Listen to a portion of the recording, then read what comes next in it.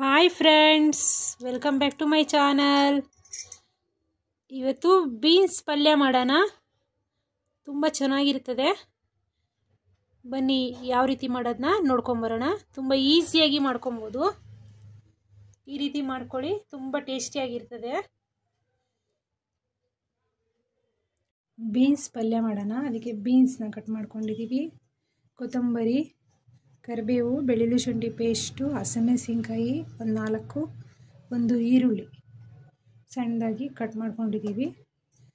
ಒಗ್ಗರಣೆ ಮಾಡೋಕ್ಕೆ ಒಂದು ಕಡಾಯಿ ಇಟ್ಕೊಳ್ಳಿ.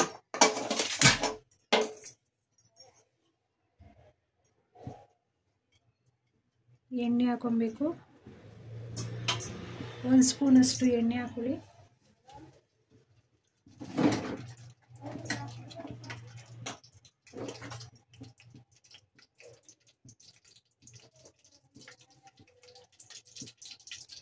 ಸಾಸಿವೆ ಸ್ವಲ್ಪ,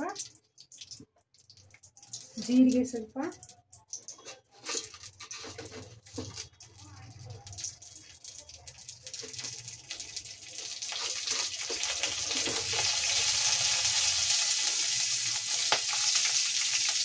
ಸಾಸಿವೆ ಜೀರಿಗೆ ಎಲ್ಲ ಸಿಡಿಬೇಕು.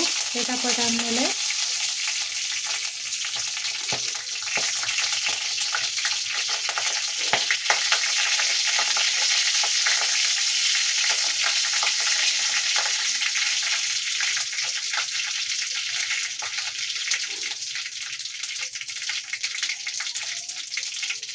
ಸಾಸಿವೆ ಜೀರಿಗೆ ಎಲ್ಲ ಪಟ ಅಂತ ಇದೆ. ಉದ್ದಿನಬೇಳೆ, ಕಡಲೆಬೇಳೆ ಒಂದೊಂದು ಸ್ಪೂನಷ್ಟು ಸೇರಿಸ್ಕೊಳ್ಳಿ.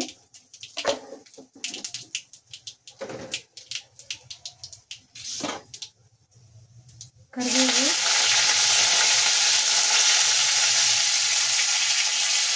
ಹಸಿಮೆಣಸಿನ್ಕಾಯಿ,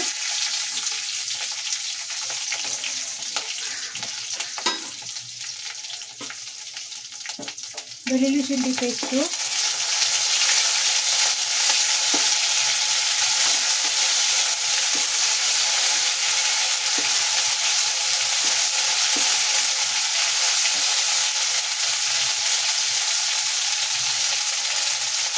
ಈರುಳ್ಳಿ,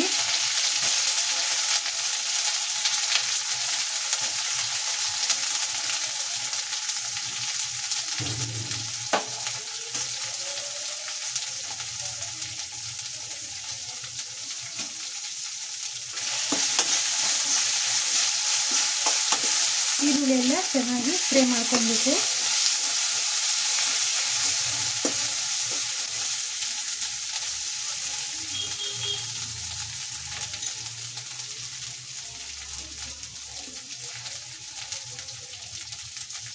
ಇವಾಗ ಕಟ್ ಮಾಡ್ಕೊಂಡಿರೋ ಬೀನ್ಸ್ನ ಸೇರಿಸ್ಕೊಳ್ಳಿ.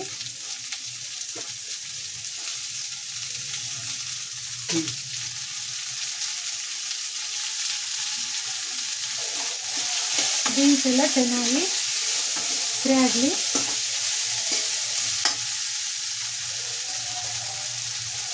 ಸ್ವಲ್ಪ ಅರಿಶಿನ ಪುಡಿ,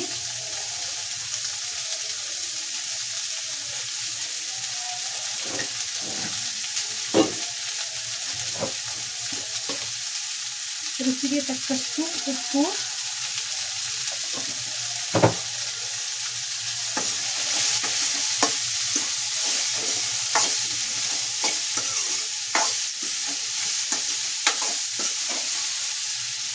ಈಗ 10 ನಿಮಿಷ ಪ್ಲೇಟ್ನ ಕ್ಲೋಸ್ ಮಾಡಿರೋಣ. ಚೆನ್ನಾಗಿ ಬೇಯುತ್ತೆ. ಊರಿನ ಸಿಮ್ ಮಾಡಿಬಿಟ್ಟು 10 ನಿಮಿಷ ಬೇಯಕ್ಕಿಡೋಣ.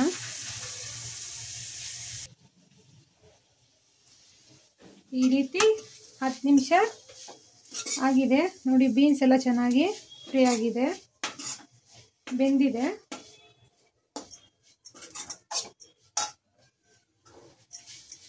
ಇವಾಗ ಕೊಬ್ಬರಿನ ಪೌಡ್ರ್ ಮಾಡ್ಕೊಂಡಿದ್ವಿ, ಅದನ್ನು ಸೇರಿಸ್ಕೊಳ್ಳಿ. ಒಣ ಕೊಬ್ಬರಿ ಆದರೂ ಹಾಕೊಬೋದು, ಹಸಿ ತೆಂಗಿನಕಾಯಿ ಏನಾದರೂ ಹಾಕೊಬೋದು.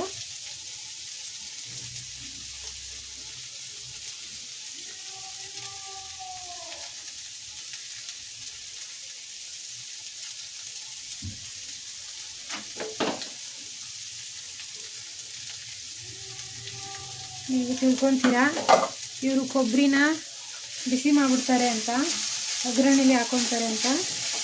ಈ ರೀತಿ ಹಾಕಿದ್ರೆ ಸಾಯಂಕಾಲವರೆಗೂ ಉಳಿಯಾಗಲ್ಲ. ಡಬ್ಬಿಗೆ ಹಾಕೊಂಡು ತೊಗೊಂಡೋದ್ರೂ ಚೆನ್ನಾಗಿರ್ತದೆ. ನೀವು ಹಸಿಕಾಯಿ ಹಾಕ್ಕೊಂಬಿಟ್ರೆ ಹುಳಿ ಥರ ಆಗೋಗಿರ್ತದೆ, ತಿನ್ನೋಕ್ಕಾಗಲ್ಲ. ಅದಕ್ಕೆ ಈ ರೀತಿ ಬಿಸಿ ಮಾಡ್ಕೊಂಬಿಡಿ, ಆವಾಗ ಸಂಜೆ ತನಕ ಇರ್ತದೆ.